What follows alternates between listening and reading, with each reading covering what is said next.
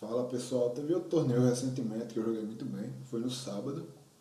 E eu queria mostrar um combo incrível de duas partidas que eu nunca pensei que fosse acontecer no mesmo dia. Mas vamos lá. E essa partida aqui eu quase ganhava, mas eu cometi esse erro tático que vocês estão vendo aí, ridículo no apuro de tempo. Enfim. Primeira partida que eu joguei contra esse mesmo rapaz aqui, ganhei pra esse rapaz de 2.726 e também ganhei pra um cara de 2.611. Vou mostrar as duas partidas. A partir de 2.700 vai ser a melhor porque é raríssimo eu ganhar 2.700, é a sexta vez que eu ganho num cara desse. Não é uma coisa que acontece nem com a frequência baixa, com frequência quase em zero mesmo. Então vamos lá. Eu fui mostrando a partida sem comentar os lances. Cavalo F3, G5, C4, D4. D4 aqui, um shooter que parece com um gambito branco de brancas. Eu joguei cavalo F6, jogou D3, eu joguei cavalo D7. Não entendo. Ah, sim, agora entendi. Cometi um erro tático aqui. Ele não viu, joguei E5, ameaçando desenvolver o bispo ganhando o peão com cheque. Jogou dama B3, eu joguei A5. Destabilizar a estrutura de peões das damas das brancas. Ele capturou, eu capturei. Jogou bispo G2, eu joguei cavalo C5 ganhando tempo. Dama C2, bispo D6, roque, roque, bispo D5. E eu pedi uma resposta ao bispo dele, se ele ia ficar aí ou se ele iria voltar para D2. Acho que D2 seria um lance interessante, só que ele resolveu capturar. Captura de dama. Jogou cavalo de BD2. Eu joguei B6, quero desenvolver o bispo B7, fazendo frente ao bispo de casas brancas, né, diagonal mãe. Jogou cavalo B3, joguei torre A3. Aqui eu estava jogando um jogo que eu praticamente estava ganhando espaço. Que a ideia de jogar torre A3 foi ganhar espaço. Jogou cavalo D2, joguei bispo F5. Eu joguei bispo F5 porque para mim não faria mais sentido desenvolver o bispo B7, já que ele tinha tirado o cavalo da frente do bispo. Eu queria de uma certa forma trocar esse bispo lá em G2, não em B7, que senão eu iria perder tempo com minhas peças. Então, se eu jogar bispo F5, ele jogou cavalo C5, joguei bispo toma C5.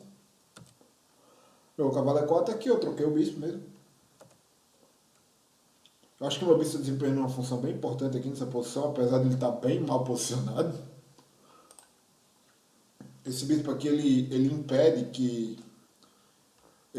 a minha posição seja, que a posição da dama, das brancas, evolua. Vai ficar sempre assim, estagnada. Então eu vou poder fazer bastante pressão aqui.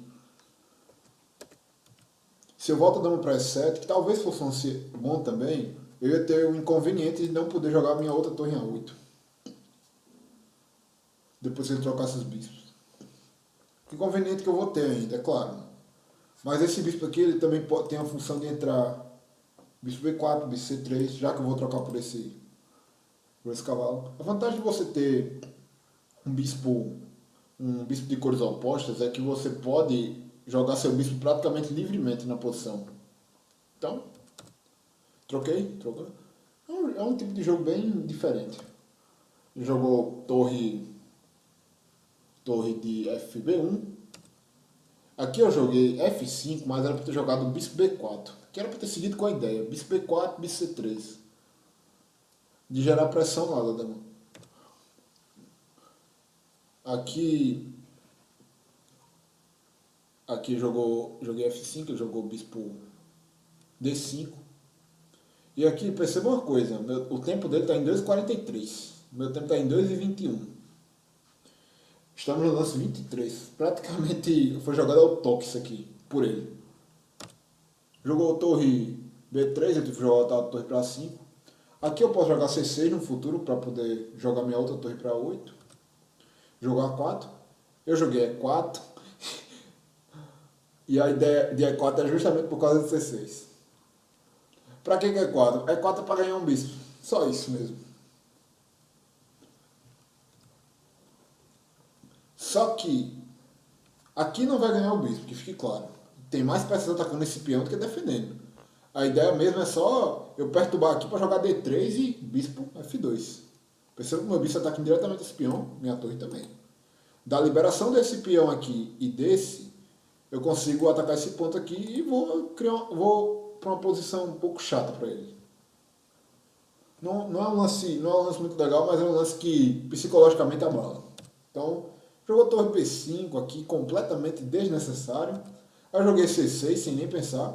Por quê? O bispo dele agora está preso, né? Ele não aproveita a oportunidade para tomar. Joga C6 aqui, não tem para onde ir com o bispo. E está dando um garfo, então ele realmente é forçado a trocar as torres aqui. Do contrário, a derrota do bispo ia ser bem pior.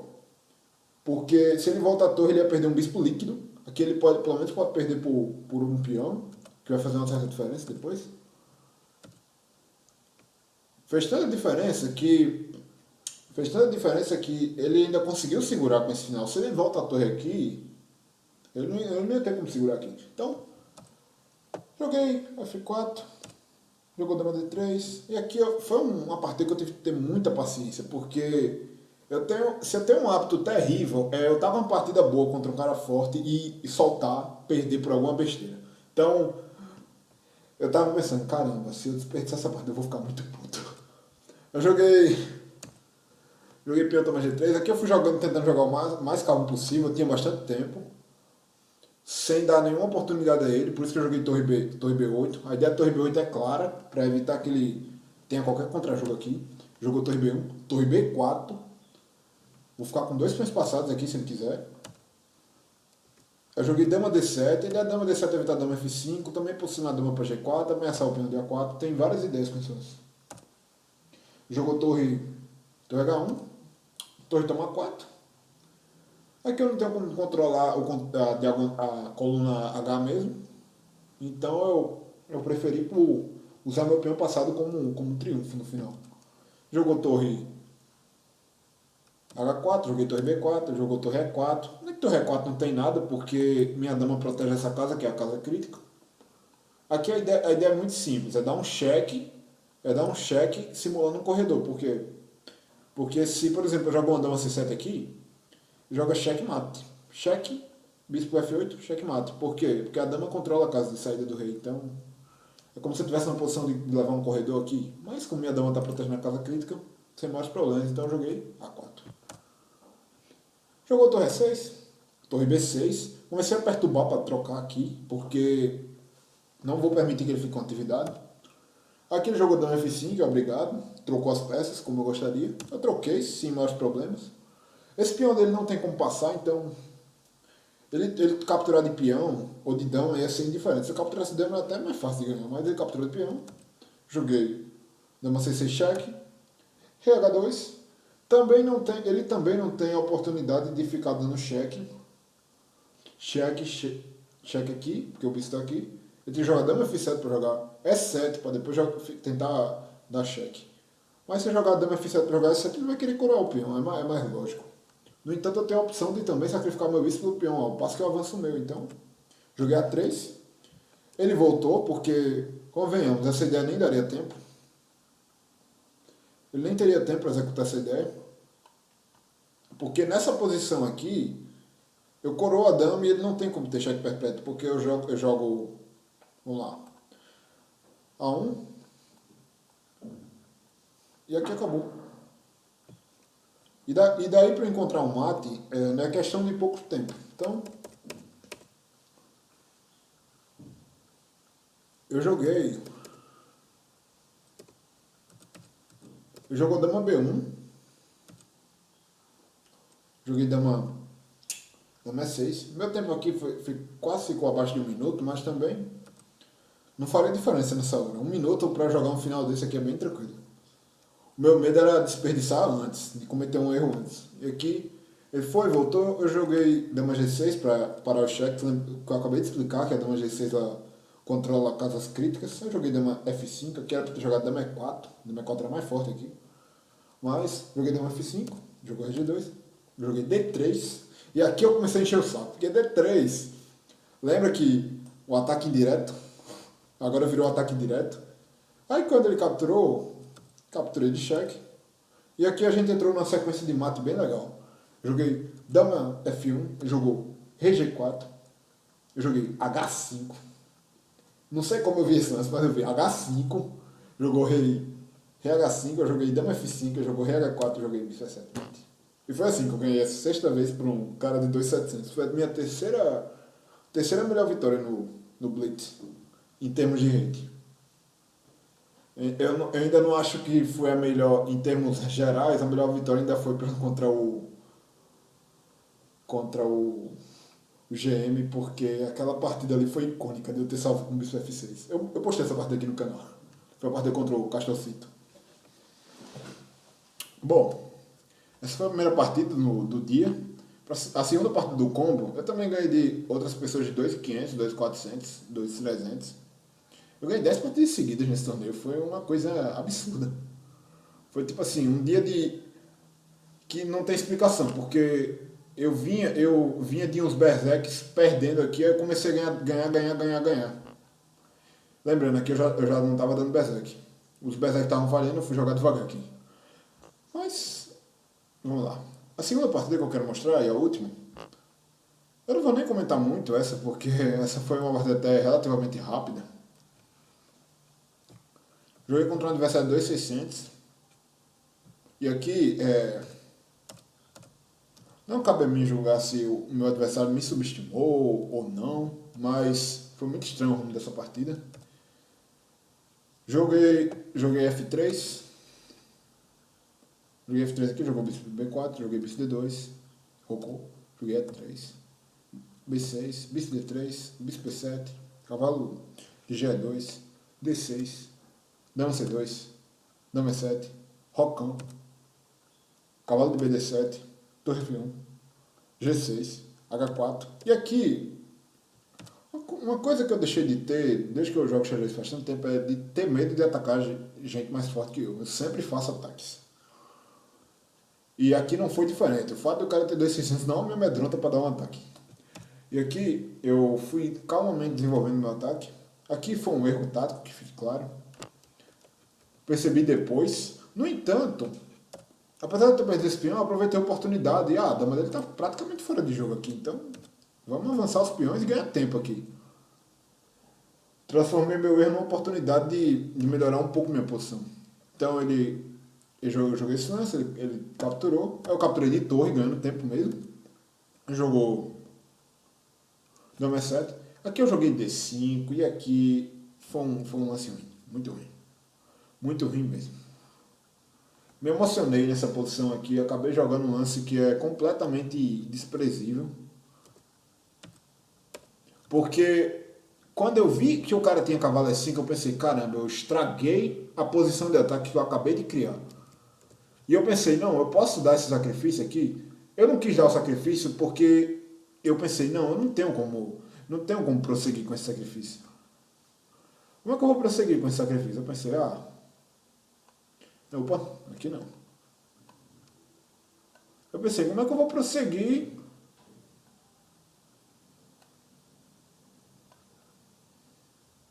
Era exatamente essa posição que eu estava calculando. Eu calculei que o rei dele fugia, então eu acabei não querendo jogar isso agora.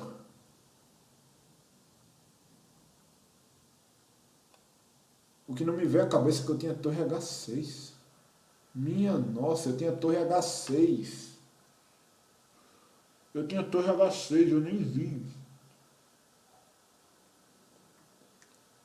Era o segredo do lance. Eu não tinha visto esse torre H6, por isso que eu não dei sacrifício antes. Bom, aí aqui eu joguei D5, foi o pior lance que eu joguei na posição. Perdi 5 pontos aqui. E se ele tivesse jogado cavalo E5, a história dessa partida teria sido bem diferente. Porém, meu adversário jogou E5. E aqui nessa posição eu nem pastanejei. Aqui, com E5, a posição está fechada o suficiente. Ele não tem como o bispo dele tá mal colocado, esse outro bispo aqui também não faz muita coisa, então eu dei o sacrifício sem nem pensar. Eu digo, não, aqui eu vou arriscar e vou tentar o que for. Aqui, capturou. Jogou cavalo G7, eu joguei torre H1. Aqui eu tava esperando um dama F6, que fique claro. Aí jogou o cavalo F6. Aí o cavalo F6 foi maravilhoso. Porque o cavalo F6, como é que ele vai impedir? Como é que ele vai impedir a minha torre de entrar em H8 da mate? Aí foi essa. Essa foi a partida contra o adversário de 2600. Foi muito rápido esse jogo. Eu não sei se ele jogou desleixado, se subestimou, coisa assim. Só sei que é necessário você ter cuidado quando você está jogando uma posição de ataque. Muito cuidado. Eu trago o exemplo dessa posição aqui, que em questão de poucos lances, a posição dele ruiu.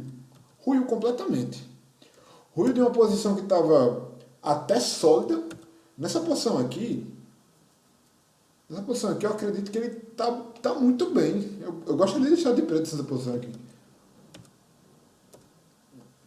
Esse F toma G4 eu já não concordo. Aqui eu teria voltado cavalo para G7, sim. Não tem problema se ele capturar aqui. Teria retornado o cavalo para G7 sem maiores problemas. Deixar uma torre apontando na casa do rei é muito perigoso. E aqui entra muita coisa, porque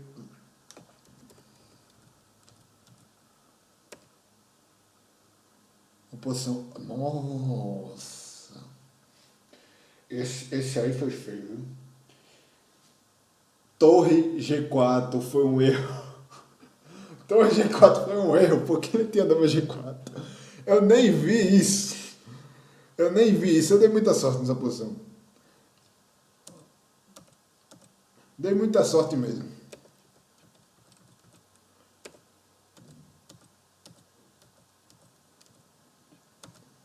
Mas assim, dama E7 aqui foi o erro crucial dele. E E5, né? Dois erros e a posição dele acabou. Em questão de...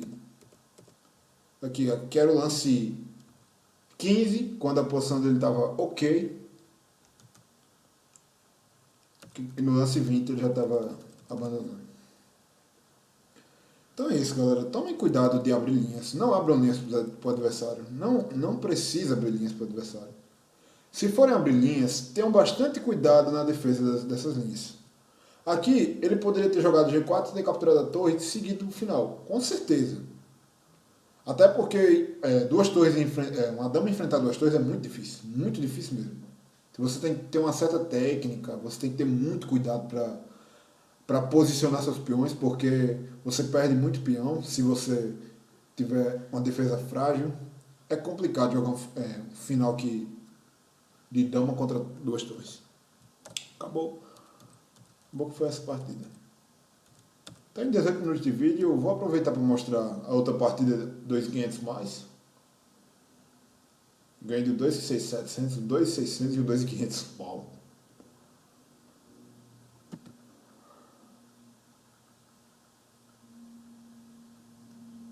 Aqui estava de pretas. Aqui um detalhe importante dessa posição, meu adversário deu Berserk.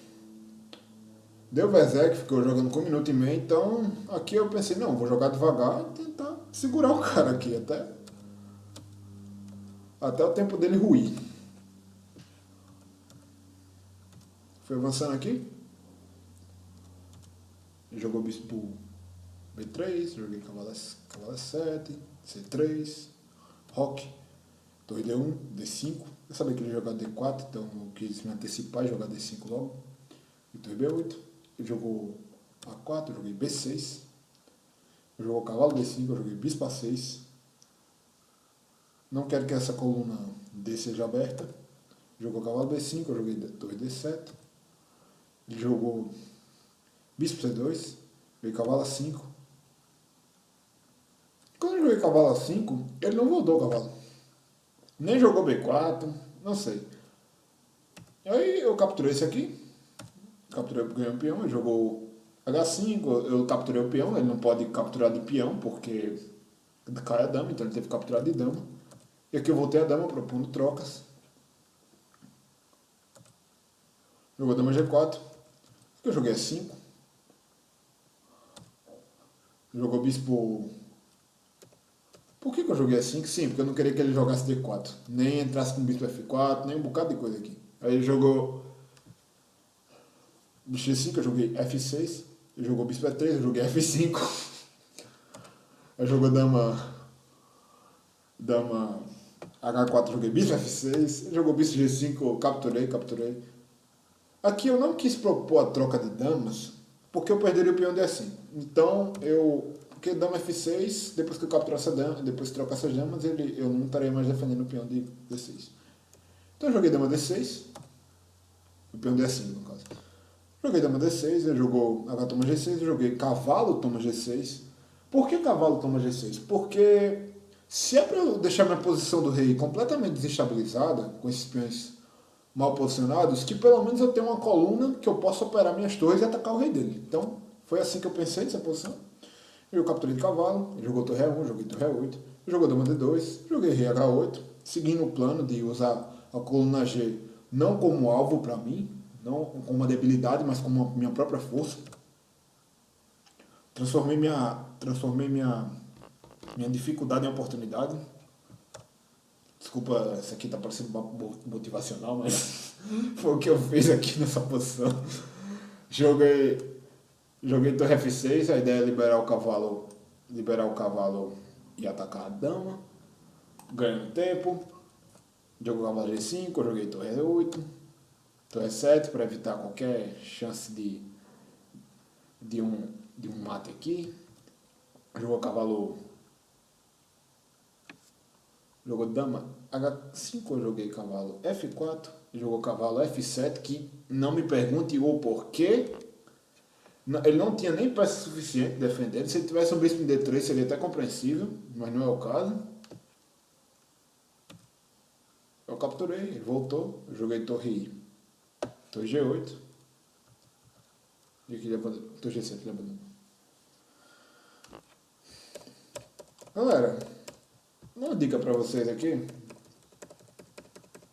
pra quem acompanha os vídeos de xadrez.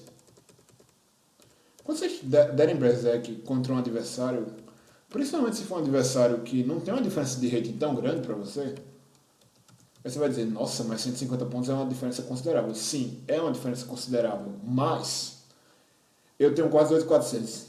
Então, eu sou um jogador que vai errar pouco. Assim como ele, vai errar bem menos. Não é muito legal eu dando Berserk eu entrar numa posição de ataque, uma posição muito arriscada. Isso é inevitável em algumas partidas, lógico, mas deliberadamente é bom evitar que você entre nessas posições. E aqui não foi o conceito que ele seguiu.